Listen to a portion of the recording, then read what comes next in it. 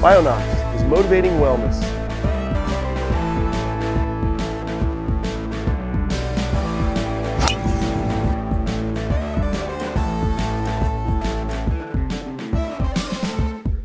Something that really got my attention in your book, Functional Nitric Oxide Nutrition. Again, you can get that at bionoxusa.com. We have them on our website. Encourage you to pick up the book. But being a naturopath, we're always into the weird things regarding health, right? We're into the woo-woo stuff, energy and frequencies and all that.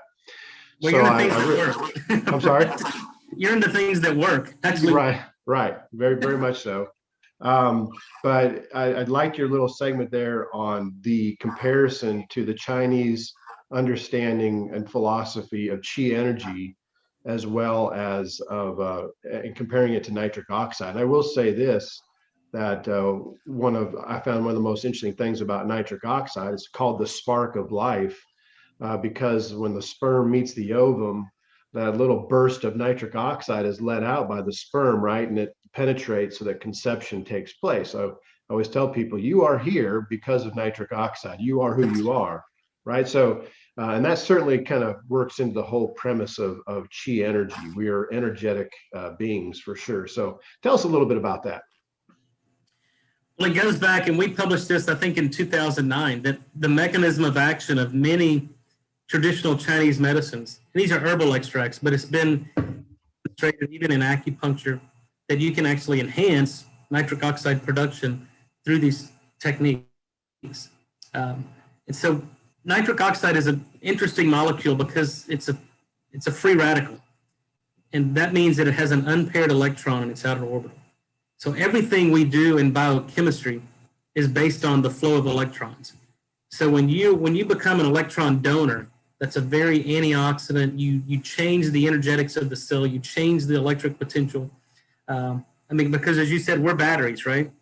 We're electric beings. And so what energizes us and what charges us is a source of electrons.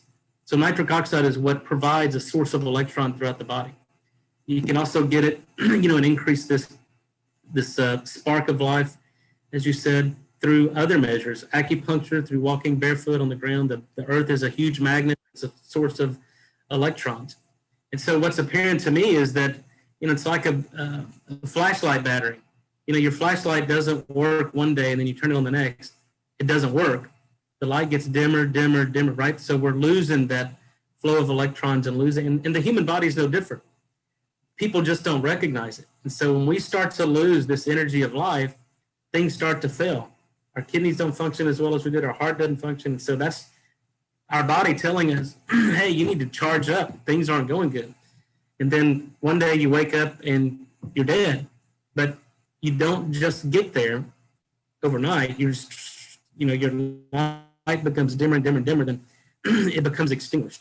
So if you recognize that early on and then do these things to recharge our so-called energy packs in the human body, and you need nitric oxide to do that, you can actually recharge. And because how do you measure death? Do a loss of electrical activity in the heart, EKG, or loss of electrical activity in the brain, an EEG. So you have to be able to, and I think that's in modern medicine and contemporary medicine, that's never considered.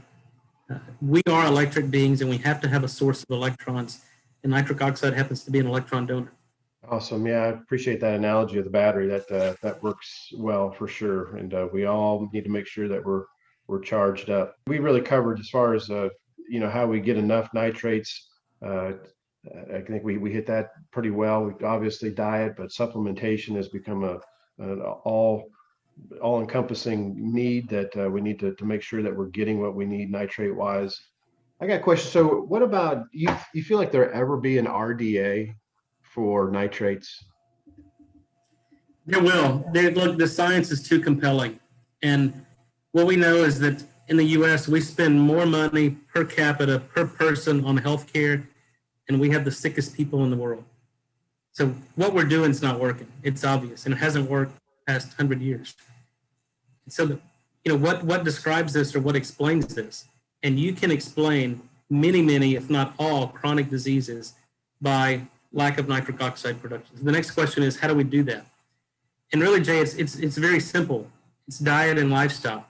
But then just what you have to do, and I'm not a big fan of the dietary guidelines because the threshold of that is prevent, like for vitamin C, how much do you need to prevent scurvy? That's one amount. How much do you need to optimize performance in human biology? That's a completely different amount. So the only regulations on nitrate, nitrite now are based on toxicity, based on infantile methemoglobinemia. So that defines the exposure limits.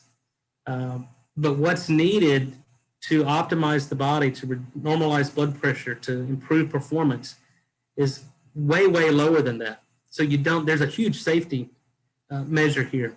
But I think in order for us to really get a handle on chronic disease, there has to be established guidelines on, okay, you need this much in your diet to see optimal effects.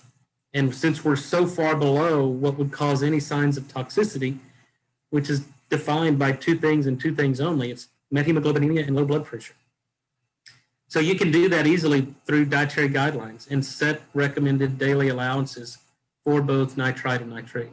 So that's still my objective, is to still move the science forward, provide enough peer-reviewed, published data to compel the regulators and policymakers, hey, this makes sense, the science is unequivocal in terms of the benefits, there's no safety risk whatsoever, so why not? Yeah, good. Yeah, it's important. I think it seems like in Europe, they're a little bit more head that way in their understanding and respect for nitrates. Yeah, probably 10 years ago, I was invited to Paris to give a lecture in front of the World Health Organization to really compel this subject matter. I don't know if anything ever came of that. Nothing changes overnight in terms of global policy and especially U.S. policy. But I think we've done enough, and if we continue to go out there and carry the torch and talk about the importance of nitrate, nitrite in the diet, nitric oxide in terms of overall human health, they can't ignore us anymore. It's too important, and it would certainly change the economics of healthcare and save millions of lives every year. And we're seeing that now in COVID. We're saving people's lives simply by understanding what puts them at risk for infection, what puts them at risk for needing a ventilator and oxygen, and what puts them at risk for death. And we're simply restoring nitric oxide through our nitric oxide drug trial, and we're saving people's lives. So we're providing that evidence in a very, I wouldn't say very, the COVID pandemic is way overplayed. It's a respiratory virus, really no different than flu. Same people that die of COVID are the same people that die of flu every year. So it's the same mechanism of action. You have to understand the individual physiology that puts those people at risk. Most people recover. There's certain populations that don't, but we can titrate in and normalize their risk factor and keep them out of the hospital. Yeah. So a different topic here. We were going to meet last year a couple different places. I know we had planned to meet at the A4M there in Orlando. Right. We were also going to meet in Chicago at the Nitric Oxide Society annual event. Tell us a little bit about the Nitric Oxide Society. The NO Society was started back in the probably late 80s by Lou Ignaro and Martin Feelish and Jack Lancaster, some pioneers in the field. And really the whole purpose of the society was to increase education and awareness around nitric oxide. And the society really didn't do anything for 30 years. And several years ago when we were in, where were we? Maybe we were in Stockholm or Oxford. Anyway, we had a coup of the society, and some of the younger bloods like me, we took over the society to really revitalize it and create a platform to create nitric oxide awareness. So the society is now a functioning democratic society. We hold an annual international conference every 2 years, and it rotates between the U.S., Asia, and Europe. Last year was supposed to have been in Chicago. It was the year for the U.S. meeting, but that was canceled. The next meeting will be in, I think it's a European location, and then every 2 years, then it goes to Asia. But it's really a functioning society. We try to encourage members to provide them, with the latest and greatest and up-to-date information on the science of nitric oxide. Cool. you guys have special hats or have like a handshake or anything? No, we don't. Maybe we should. Yeah, that'd be cool. Well, one day hopefully we'll be able to see you there. So Dr. Bryan, we appreciate what you do. What's the best way that people can keep in touch with what you're doing and the and what's going on? In fact, before you even get to that, just maybe a word on what's the future? What's the future of nitric oxide? Where is everything going? Well, I think nitric oxide is today where fish oil was 30 years ago, 20 years ago. It's an emerging field, but I think in the next 5 to 10 years, it's going to be a household topic, and everybody will know what nitric oxide is. I think it will change the landscape of healthcare, and people are going to understand what they need to do to improve their nitric oxide production. There's not a one-size-fits-all. There's not I think what works in one person may not work in another. And that's just based on individual biochemistry and physiology. But I think we're on this, escalation of awareness around nitric oxide. But more importantly, when people understand they may not understand nitric oxide, but once they understand what nitric oxide does, they'll recognize it and start to implement these strategies that you and I talk about to improve their daily lives. And so that's my mission. My mission hasn't changed in the past 20 years since I started in this field, is to educate and inform the masses on the importance of nitric oxide, and then allow people to take control of their own health and stop doing the things that disrupt it, start doing the things that promote it, and you can actually see the changes right before your eyes. Cool. Well, we're on the same page with that for sure. And, I feel the same way. I first was introduced in 2005, and I just can't get it out of my system. It's just a pretty exciting topic. So definitely want to get the book, Functional Nitric Oxide Nutrition. Get it from bionoxusa.com. Read it. So how can people see what's going on with you? What would be the best way for them to do that?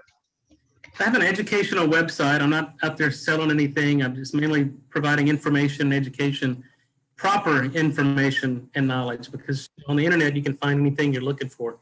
And there were 170,000 scientific publications on nitric oxide. Probably 80% of them are misinterpretations of the data. So it's drnathansbryan.com. There's a 6-minute video on that site that really, I think, provides a good overview in 6 minutes of what nitric oxide is and does. You can follow me on social media on Instagram. It's at Dr. Nathan S. Bryan. But I think that's probably the best. I do a monthly blog. I try to keep it practical and timely on our topics. I would like to inform that we have a nitric oxide drug in phase 3 clinical trials for COVID. People can find more information on that at aacovidstudy.com. We're actively enrolling patients now, so that's a very important study, and I'm very excited about the data we're collecting in these patients. The point is, by repleting nitric oxide in the body, we're basically preventing the progression of coronavirus and keeping people out of the hospital. That's a very important point. Awesome. Yeah, thank you for sharing that. Well, you've been gracious with your time. We just got some rapid fire questions, and then we're going to wrap this up. I know you got other things that you need to do. So these are the rapid fire. You just give us what comes to top of mind. So if you hadn't chosen nitric oxide as your career path and field of study, what do you think you would be doing?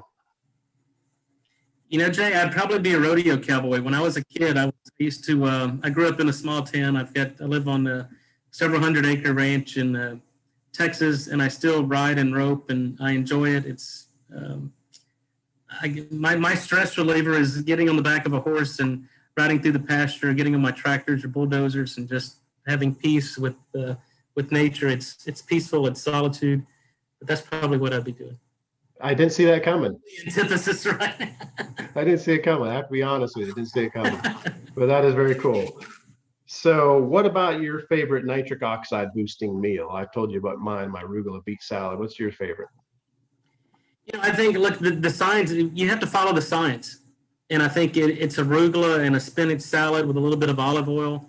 And I think that works. I mean, you can see it. I've had to adjust my taste profile over the years because, these aren't things that I had a liking to, but you understand the science to the extent that you have to take it.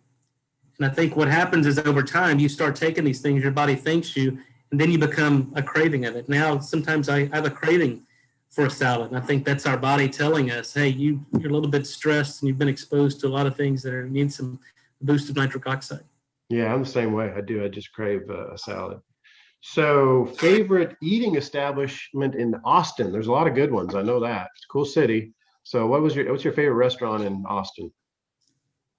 Favorite restaurant in Austin? I'm a meat and potatoes guy, Jay. Right, right. You're a cowboy. I raise my own beef, but I love steakhouses. And I will tell you, I'm in Dallas now. My brother's in the restaurant business. It's been his 30 years in restaurant. He owns 4 restaurants here in Dallas. But I like, and he's in Dallas, not in Austin. So what would it be in Austin? I like things like, Perry Steakhouse. I like Ruth's Chris. I like Morton's. Staples of a good slab of beef and good potato and good salad. God, I know there's a McCormick and Schmick's there because I went there. Right. In Austin, and there was a really cool Mexican restaurant right across the bridge, though, that historic Mexican restaurant. I can't think of the name. There's a lot of really good Tex-Mex in Austin and all around Texas. That's one of my favorites as well. Yeah, of course, barbecue there. But in Snow's Barbecue in Lexington is world famous for barbecue. Right on. Okay, how about favorite sports team? I think I may know this one. Favorite sports team. Well, I don't follow much professional sports anymore because it's become too political. These guys are paid to do a job and do it well and not, pipe in on their beliefs. But, I'm a graduate of University of Texas. I love University of Texas football. I'm a season ticket holder. So I'm looking forward to this year. We got a new coach, hoping we can compete again on a national level. Yeah, that one I knew. I saw that coming. So, I'm going to get selfish now. If I came to Austin, what would be the chances that you could get me on at the Austin Country Club? That wouldn't be difficult at all. I mean, I did play golf. My kids play golf, but yeah, I've developed a relationship and network of people over the past 20 years that probably wouldn't be a problem at all. Sweet. I'm going to get there one day then. That Come on. That course looks phenomenal. Of course they have a tournament stop there, the PGA. We actually sponsor Chris DeMarco. I don't know if you know who that is. Yeah. So he's on the Champions Tour. In fact, I think he's in Houston this week. They did the Dell Match Play. Right. It's a beautiful course. It's right on the Lake Austin. Beautiful scenery. But yeah, That's cool. Play it. Awesome. Well, I look forward to making that happen one day. Okay, Dr. Bryan, we'll wrap this up. You've been so gracious. Any final words? Anything left unturned that you'd like to say? No, I just always encourage people to really do their own research and become informed and educate yourself. Don't and I think science matters in terms of nitric oxide. And don't get caught up in creative marketing and product labels, because in this particular field of nutrition and dietary supplements, everybody can say the same thing. What you have to do is look at the science and follow the science. But I think this is life-changing, Jay, when you recognize what nitric oxide is and start to employ the strategies that restore nitric oxide, your body will thank you. And it's really one of these things that what you don't know will kill you, because if you run out of nitric oxide, you run out of life. Boy, well said. I think we'll conclude on that. Dr. Bryan, you're super smart, but also you just seem like a cool guy. You're a cowboy. You're the nitric oxide cowboy, and I really appreciate what you're doing and the time that you spent with us and our listeners today. We thank you for motivating wellness in this most important way, and we will catch up down the road, my friend. All right. Thanks, Jay. Keep up the good work you're doing. Take care, man. Thank you.